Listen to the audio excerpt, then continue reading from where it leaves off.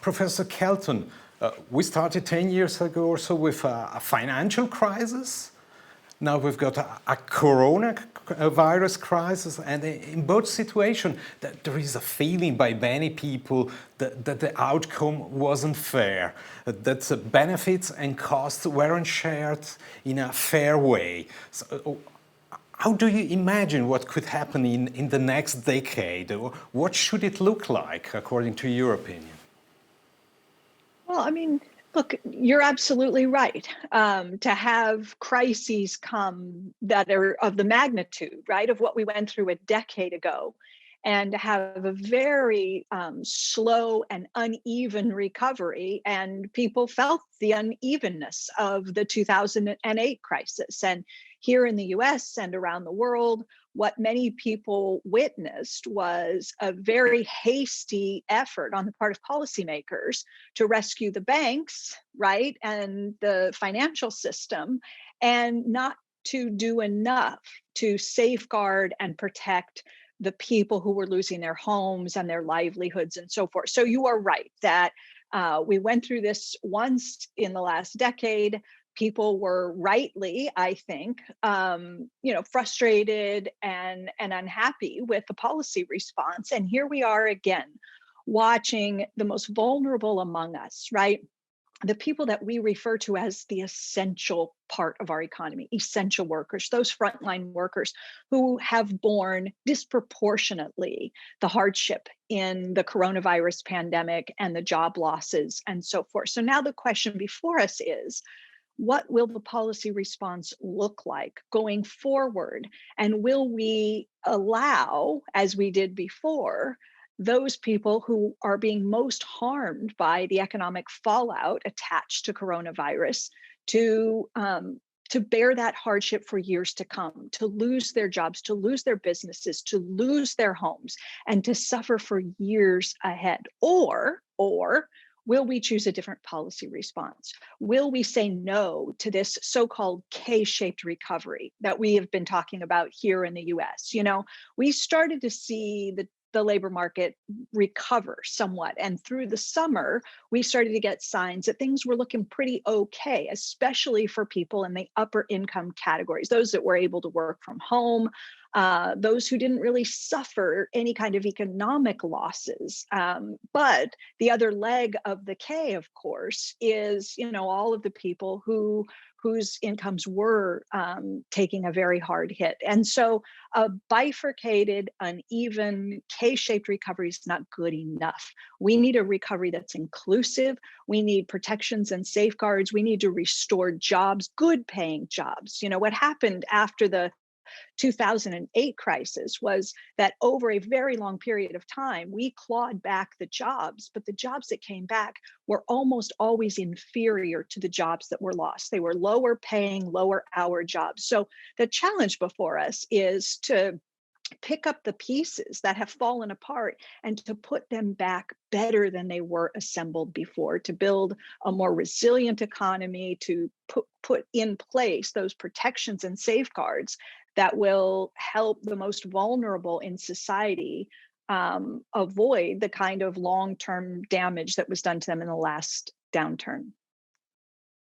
If we step back to the subprime crisis, we saw that the commercial banks played a central role. And even today, they are central for all the credit system. And the feeling is that a lot of this credit is not flowing into the real economy, in investment, in factories and so on, but is used to buy other financial assets.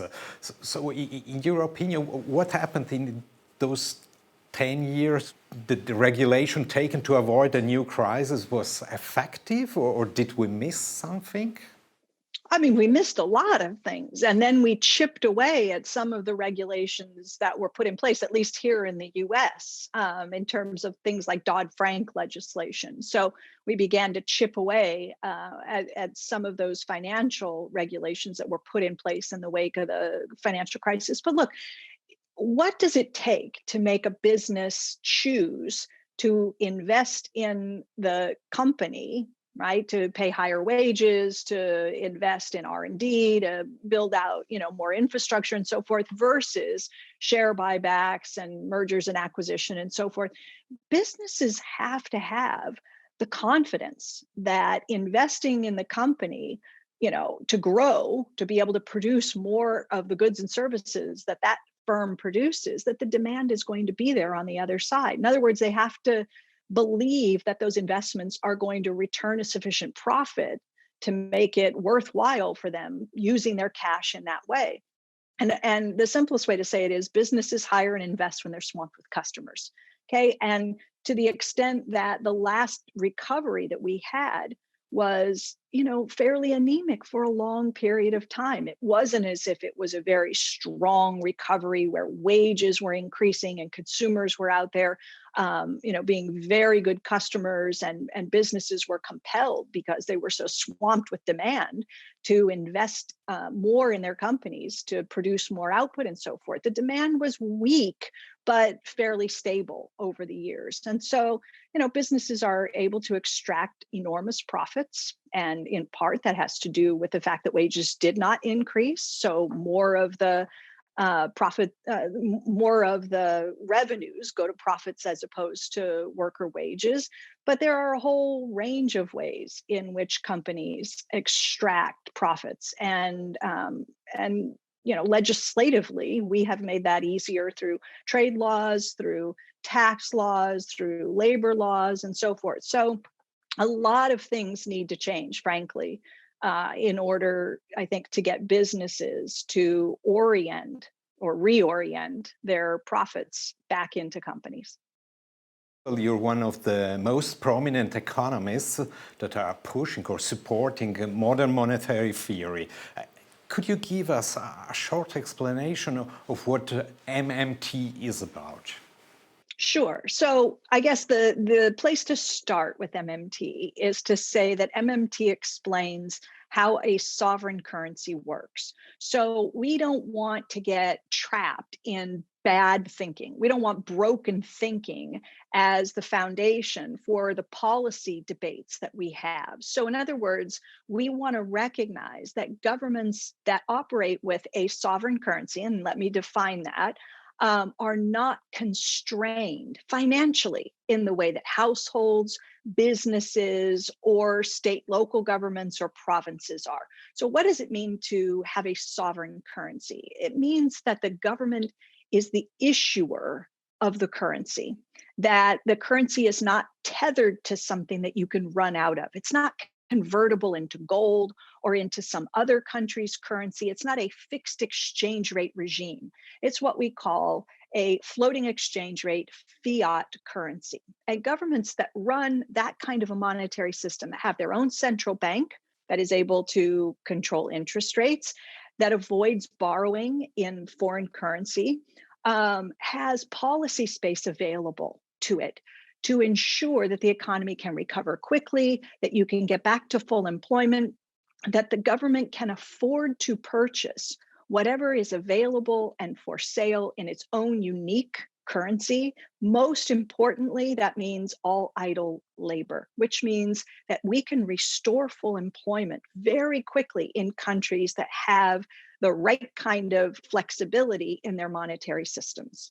You made a proposal that includes a job guarantee by the government. You mentioned it before. But how does that work? I mean, already today, US GDP is growing thanks to public spending and public debt. How does that work?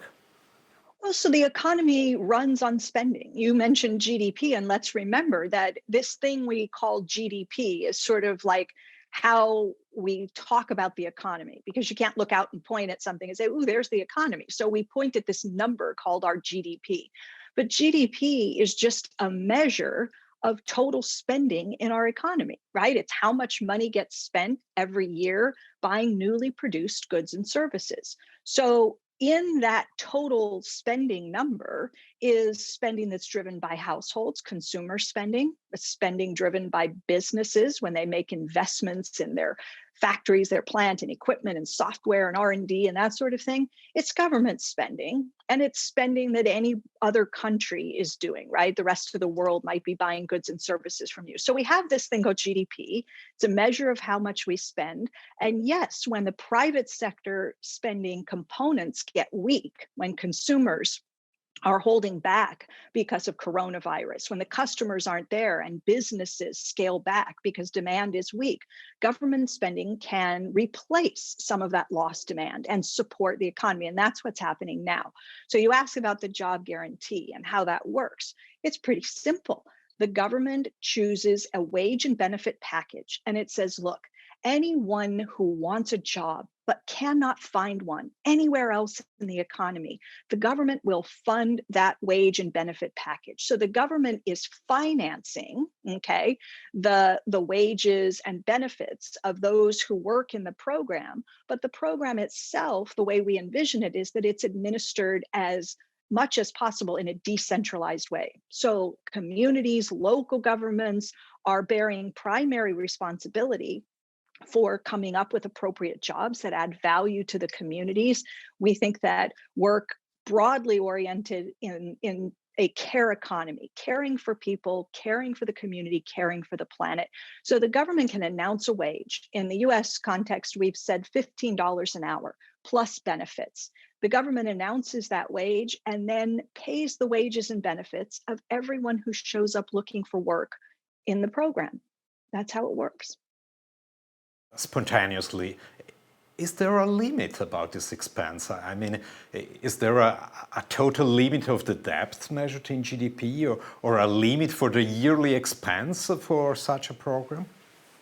No, there can't be. In fact, in order for this to be a true job guarantee, you have to take everyone who shows up. You can't say, at some point there's a long line of people coming in for jobs, and you say stop at the 10,000th person or the 100,000th person. You say you don't get in, or the millionth person, right? We're all out of money. We can't afford to hire the rest of you.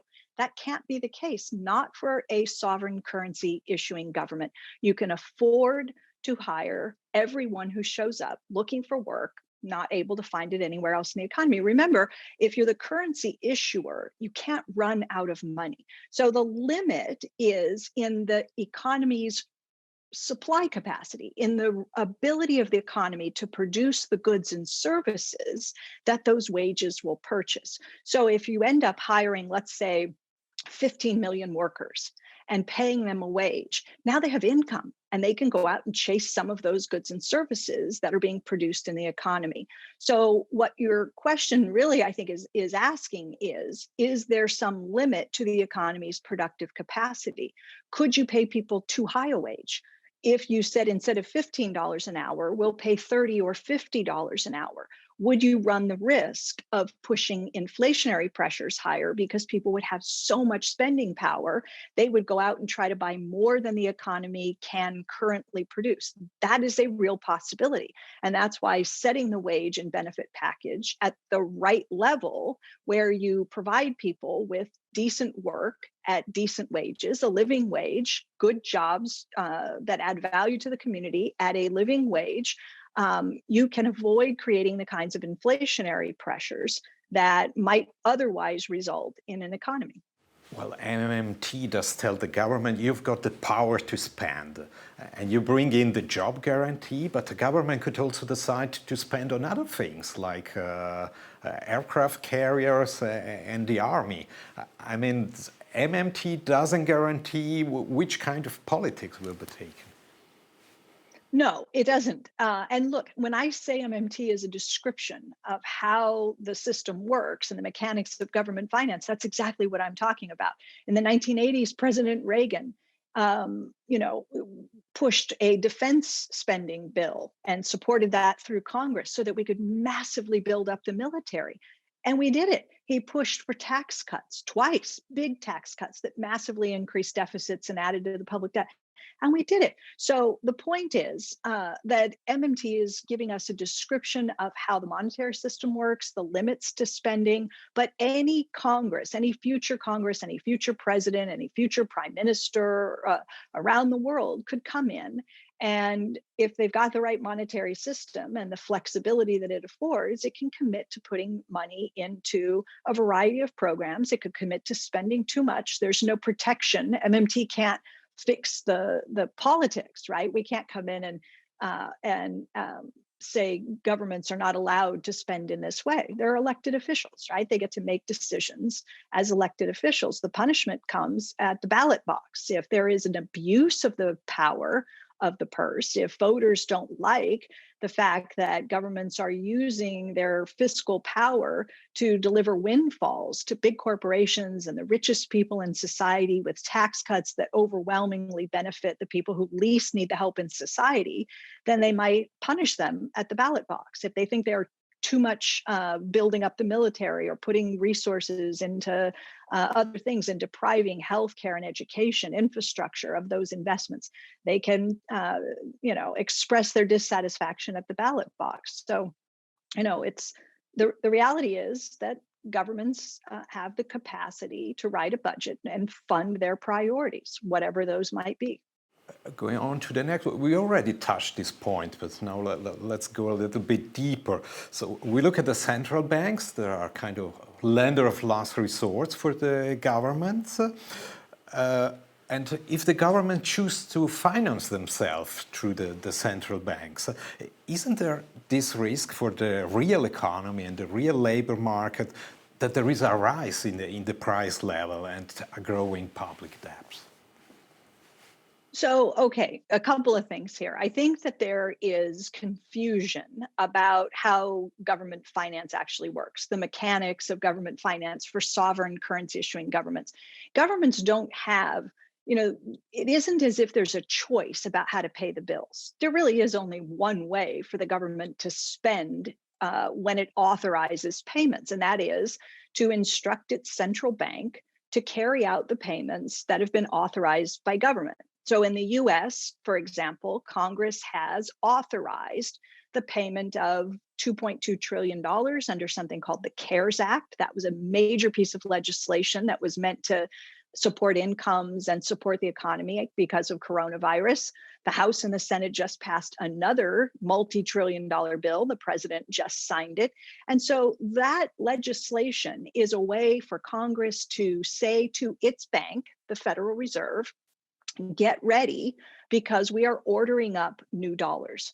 There's no other way for it to work. Whenever the government spends, the spending is carried out as the central bank credits the appropriate bank accounts. And the crediting of those bank accounts gives birth to newly created currency. And when we pay taxes, it's like the death sentence for the dollar. So that those dollars go off to the graveyard when we return them to government. So there's constantly new birth of new currency and then the expiration of that currency, or the death sentence, if you like, when we pay our taxes. So right now, governments are spending more than they are taxing back. And that means that net, right, the government is adding new dollars into the economy. So yes, there are limits, but it doesn't have to do with how the payments are made. There's only one way to do it. And it doesn't mean that the government could avoid using the central bank. The payments are going to be made via the central bank. That's just the way it works. If we pay our taxes, we don't kill our dollars.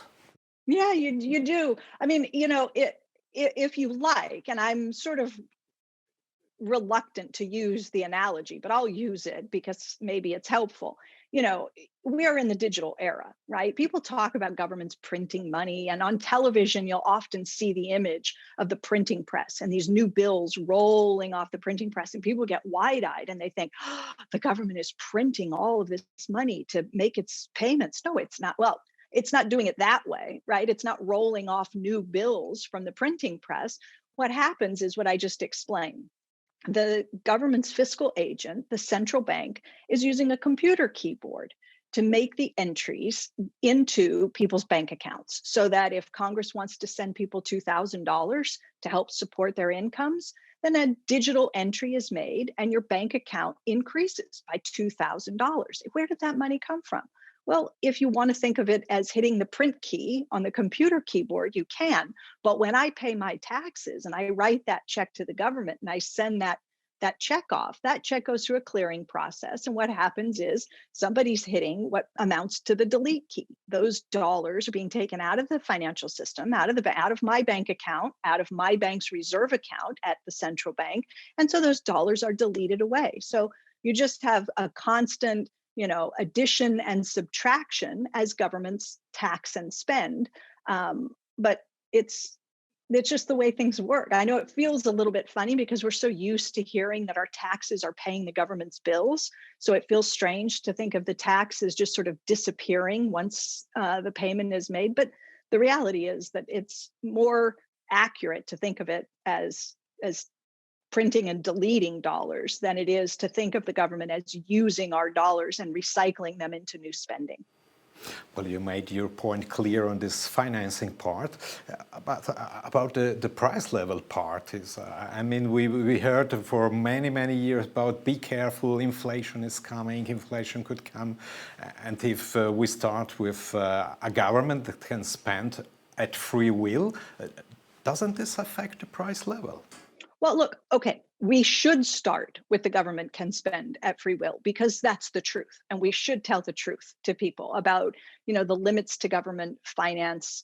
What are the constraints? And as I said in the very beginning, the limit is what is available and for sale in the government's own currency. That is the upper limit. Okay, that's the reality. That is not the same as saying that the government should go out and buy everything that is priced and available for sale in its currency. That's not what I'm saying.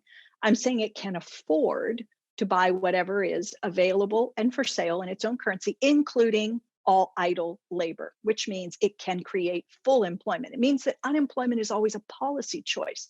So look, the government has to share spending space with everyone else who wants to spend into the economy, right? I want to spend into the economy.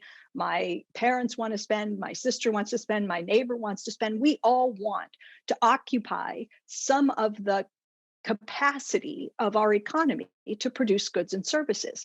Government wants to spend into the economy. Businesses want to spend. Foreigners want to spend. There's only so much capacity to produce, to satisfy everyone who wants some piece of the economy, right? To buy some goods and services. So when you say, couldn't the government push things too far? Absolutely. Right now, we're having a big fight in the US about direct checks sent from the federal government to most Americans. Okay? And the debate is, should it be a $600 check or should it be a $2,000 check? And this is the debate that is happening right now on in the halls of Congress.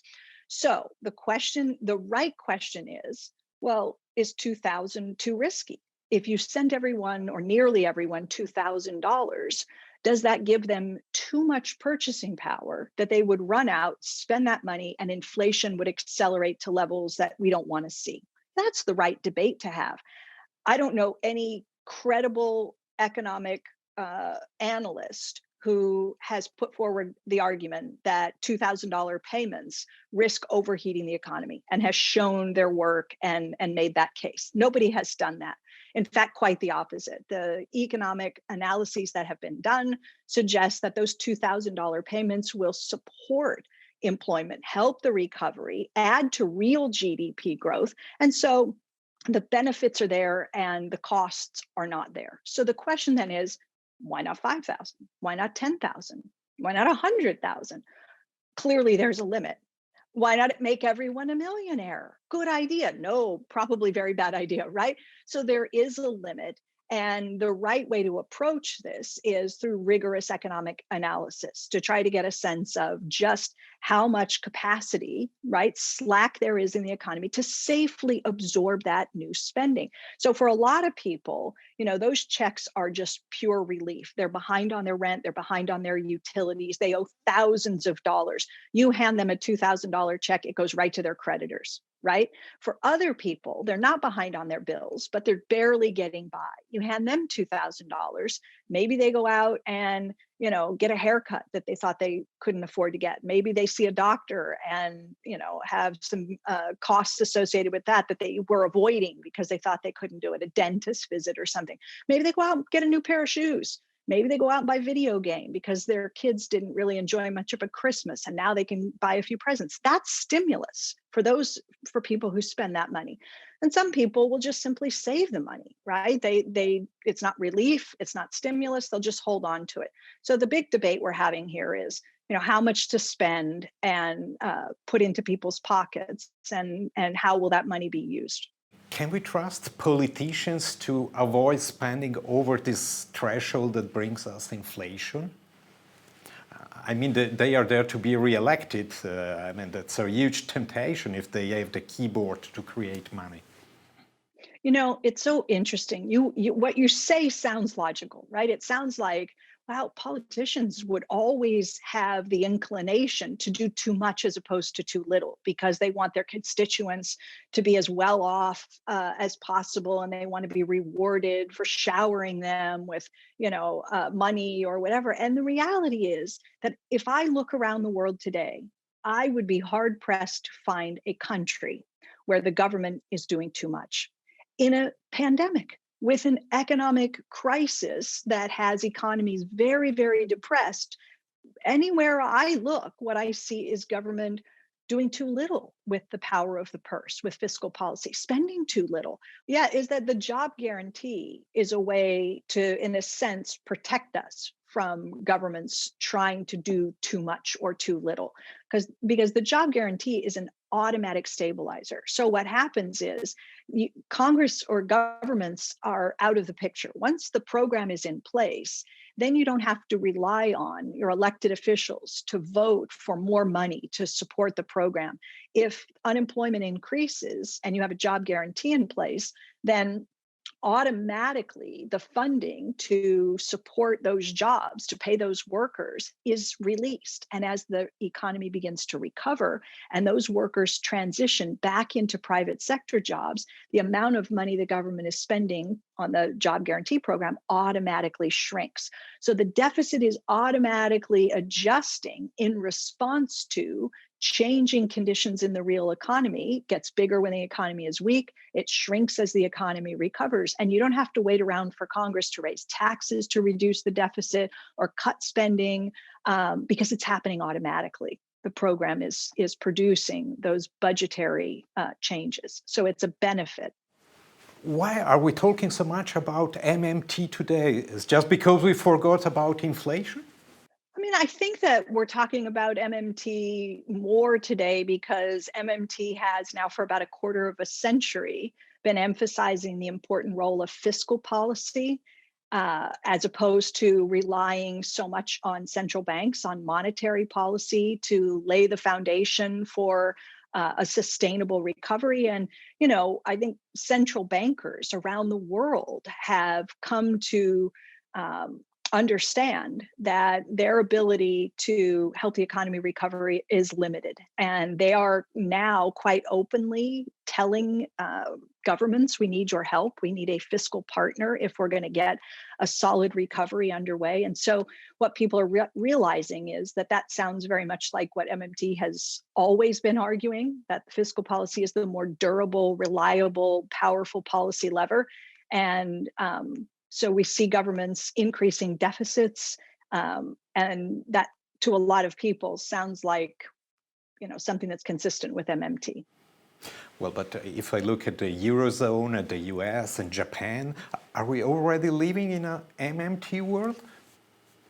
Yes, we have been. I mean, MMT is not a policy proposal. It's a description of how the monetary system works and the mechanics of government finance. So MMT was working 25 years ago, 20 years ago, 10 years ago, 5 years ago. It's working now because it's really a description of how the monetary system works, how government finance actually works.